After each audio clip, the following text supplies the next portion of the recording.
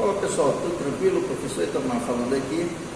E esse vídeo de hoje é um vídeo, na verdade, fazendo uma justificativa, né, do porquê que nós passamos tanto tempo sem postar mais nenhum vídeo, e também fiz ele especial para aquelas pessoas que deixaram algum tipo de pergunta e comentário lá nos vídeos do canal. Eu quero pelo menos uma vez por mês estar respondendo algumas perguntas que vocês fizerem, além de responder lá mesmo na plataforma, né, do YouTube, como também fazer aqui, se for o caso de precisar de algum cálculo, eu vou fazer aqui na lousa para que vocês possam entender. Então, o que acontece? Eu passei praticamente um mês sem postar vídeo, porque o meu tempo agora ficou um pouco mais resumido. Eu fui engajado em um programa do governo federal junto com o Senai, que é o Brasil Mais, e tomou muito do nosso tempo em treinamentos, viagens, e a gente ficou sem, praticamente, nós não tivemos tempo para fazer postagem de vídeo. Agora que a coisa está começando a amenizar e a gente já está começando a fazer alguns vídeos para vocês, ok? Bom, com relação às perguntas que foram feitas, eu vou responder algumas aqui rapidinho também, para que o vídeo não fique muito comprido, né? Não fique muito enfadonho. Depois a gente faz outras e assim vai passando. Não esqueça de deixar seu comentário, não esqueça de se inscrever no canal. Eu gostaria de agradecer todos vocês. Hoje o grupo está com 300 inscritos, ainda é pouco, mas eu acredito que daqui para o final do ano a gente consiga aí bater uma meta de 1000 inscritos, talvez, não sei, quem sabe. Aí as visualizações eu estou achando que está indo até legal, tá? Agora a gente vai fazer um tutorial totalmente com eletricidade residencial, depois eu vou fazer um tutorial só com instaladores industrial, comandos elétricos, depois eu vou fazer um tutorial com eletrônica básica, eletrônica de potência, eletrônica digital. Nós vamos também fazer um tutorial com automação. Então eu acredito que você que vai seguir o nosso canal só tem a ganhar. Sem falar que, vez por outra, eu posto um vídeo do conserto de um forno, eu posto um vídeo de do conserto de um freezer, de uma geladeira, um ar-condicionado, e por aí vai. Bom, respondendo algumas perguntas, nós vamos primeiramente aqui para a pergunta do Damiano, né, que é um dos inscritos do nosso canal. E a pergunta dele é assim. Ele diz dessa forma: amigo, quero, se for possível, que me tire uma dúvida. O sensor de temperatura da geladeira Consul placa fria, existe o 110 e o 220 ou tanto faz? Damião, é o seguinte: alguns componentes de geladeira, você não pode comprar ele 110 se ele é 220, a placa dela ou a alimentação dela. E também não posso comprar 220 se a alimentação dela é 110 ou 127 volts, tá bom? Mas o sensor de temperatura e o sensor de degelo não tem problema. Se eu compro um sensor de temperatura, eu posso colocar tanto na geladeira, que vai ser alimentada com uma tensão de 110, como também com a geladeira que for alimentada com uma tensão de 220. Por quê? Porque os sensores, eles são comprados baseados na resistência ohmica e não em tensão. Então, se eu tiver um sensor de 2.7, ele vai funcionar tanto em uma geladeira 127 como em uma geladeira 220 volts.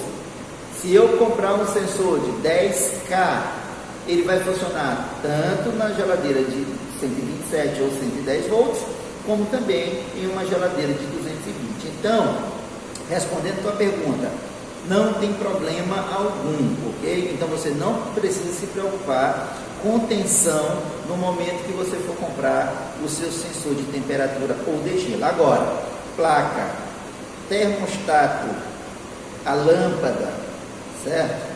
Esses componentes, resistência, esses componentes, sim, você tem que comprar de acordo com a tensão da sua localidade, beleza? Algumas pessoas vão perguntar assim: eu também, por que existe essa diferença de tensões?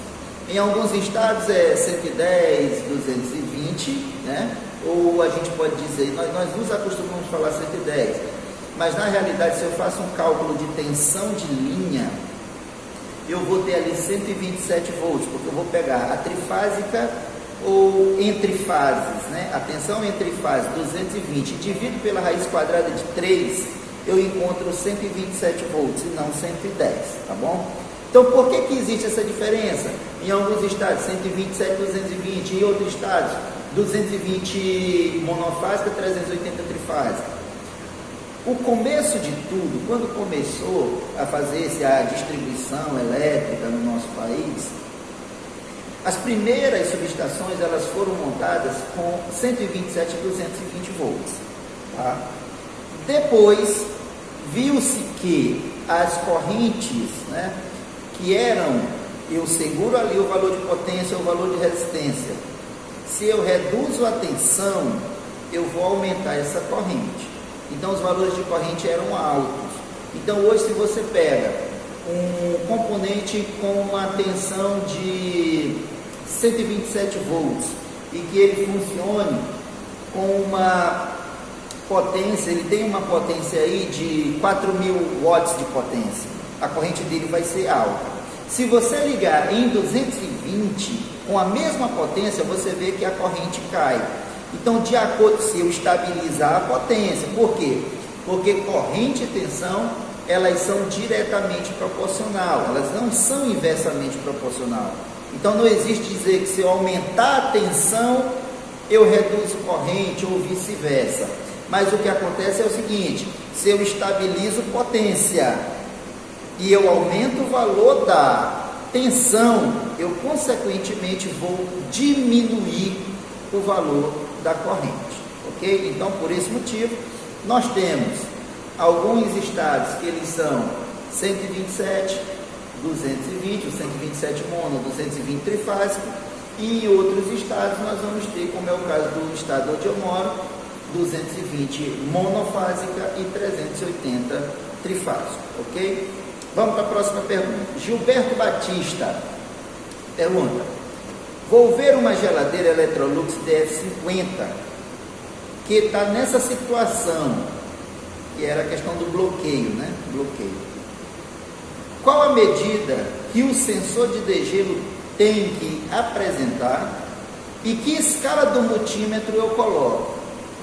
Vamos lá, Gilberto Batista, as DF40, DF44, DF50, essa categoria de geladeira da Electrolux, toda ela vem com um kit sensor, onde os sensores são de 10K, certo? Então, se eu tenho uma resistência ohmica de 10K, e lá no meu multímetro, eu vou colocar na escala de resistência, e você vai observar, porque geralmente a escala de resistência é 200, 2K, 200 mesmo, não aparece o K, né? 200 ohms, 2K, que significa 2.000 ohms, elas são 5K e 20K. Como você sabe que o teu sensor já é de 10K, você não pode colocar na de 2K, nem na de 200, nem na de 5. Você vai ter que colocar na de 20K, e aí ele vai fazer a leitura da resistência ohmica do teu sensor. Claro, como a temperatura local aí não deve estar 25 graus, então ela não fecha 10K, ela vai fechar em 8, 7, alguma coisa, tá bom? Espero ter ajudado aí. Terceira pergunta é do Eliomar Pereira Santos. O Eliomar pergunta assim: é normal quando a evaporadora fica cheia de gelo e o mesmo passa até pela bandeja e o mesmo passa até pela tampa protetora? Não, Eliomar, não é normal. Nesse caso, o teu sistema de degelo está com defeito. Pode ser o sensor, pode ser o sensor de degelo, o sensor de temperatura, pode ser a resistência, tá? Então, você vai ter que medir, vai ver qual é o modelo da tua geladeira, baixa o manual, ver quais são os valores ohmicos dos sensores e qual o valor ohmico da resistência, tá certo? Ver lá de quantos ohms é a tua resistência, você vai medir, porque algum desses componentes vão estar com defeito. E nós ainda temos o fusível térmico, não vamos esquecer disso. Quem não sabe fazer esses testes, pessoal, eu já deixei um vídeo aqui na descrição, tá? Para vocês observarem novamente como se testa fusível térmico, quais as categorias de sensores, como se testa os sensores. Então, com relação a isso aí, vocês não vão ter dúvidas mais nenhuma.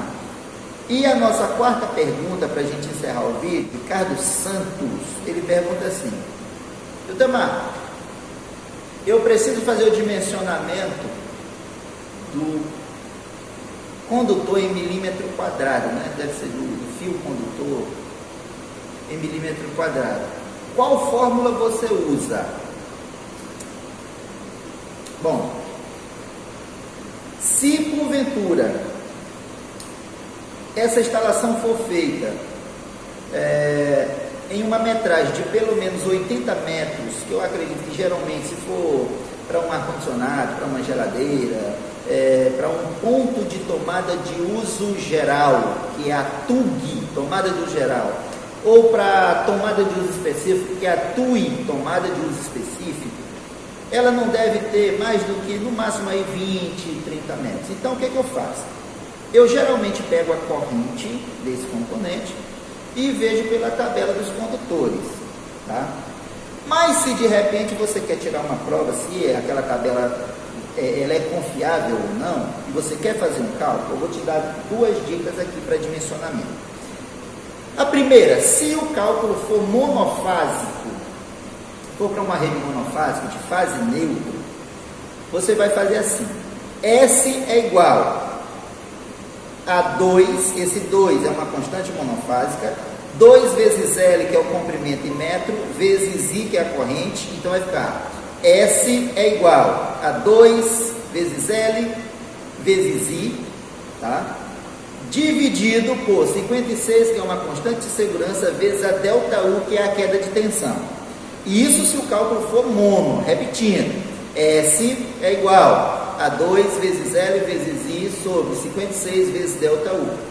Se o meu cálculo for trifásico, vai mudar uma coisinha só. Vai ser S, que é igual a raiz de 3 vezes L vezes I, dividido por 56 vezes ΔU. Pessoal, raiz quadrada de 3, geralmente, quando você vê um cálculo em eletrotécnica, 1, 2, que ele apresenta a raiz quadrada de 3, geralmente esse cálculo ele está se referindo a um circuito trifásico, tá bom? Então, pessoal, espero ter ajudado vocês. Vocês que ainda não são inscritos no canal, mas que querem apoiar, se inscrevam no canal. Vamos ver se a gente consegue bater essa meta de 1000 inscritos esse ano, ou muito mais que 1000, mas que a gente termine pelo menos com 1000 inscritos, tá? E com umas visualizações legais. Não esqueça de deixar seu comentário uma vez por mês, começando a partir desse mês. Eu já estou fazendo essa aqui, e no mês que vem eu vou fazer uma outra. Eu vou tirar um dia para a gente fazer um vídeo só respondendo as perguntas. Gostaria de agradecer também aqueles que deixaram seus comentários lá. Eu tenho certeza que as pessoas que leram aqueles comentários, todos eles, eu vi todos os comentários, tá? Aprenderam muito. Tem umas dicas lá bem bacanas, gostei mesmo. Tem coisa lá que realmente eu não falei, então agradeço vocês pelo lembrete, tá bom? Então, você que vê esse vídeo e tiver alguma dúvida, dá uma olhada lá, porque tem as postagens de alguns colegas que foi de muito mesmo, de grande valia, vamos dizer assim. Então é isso, e até o próximo vídeo. Eu acredito que essa semana a gente vai postar mais uns 2 vídeos, tá ok? Então, todo mundo fique com Deus e até a próxima.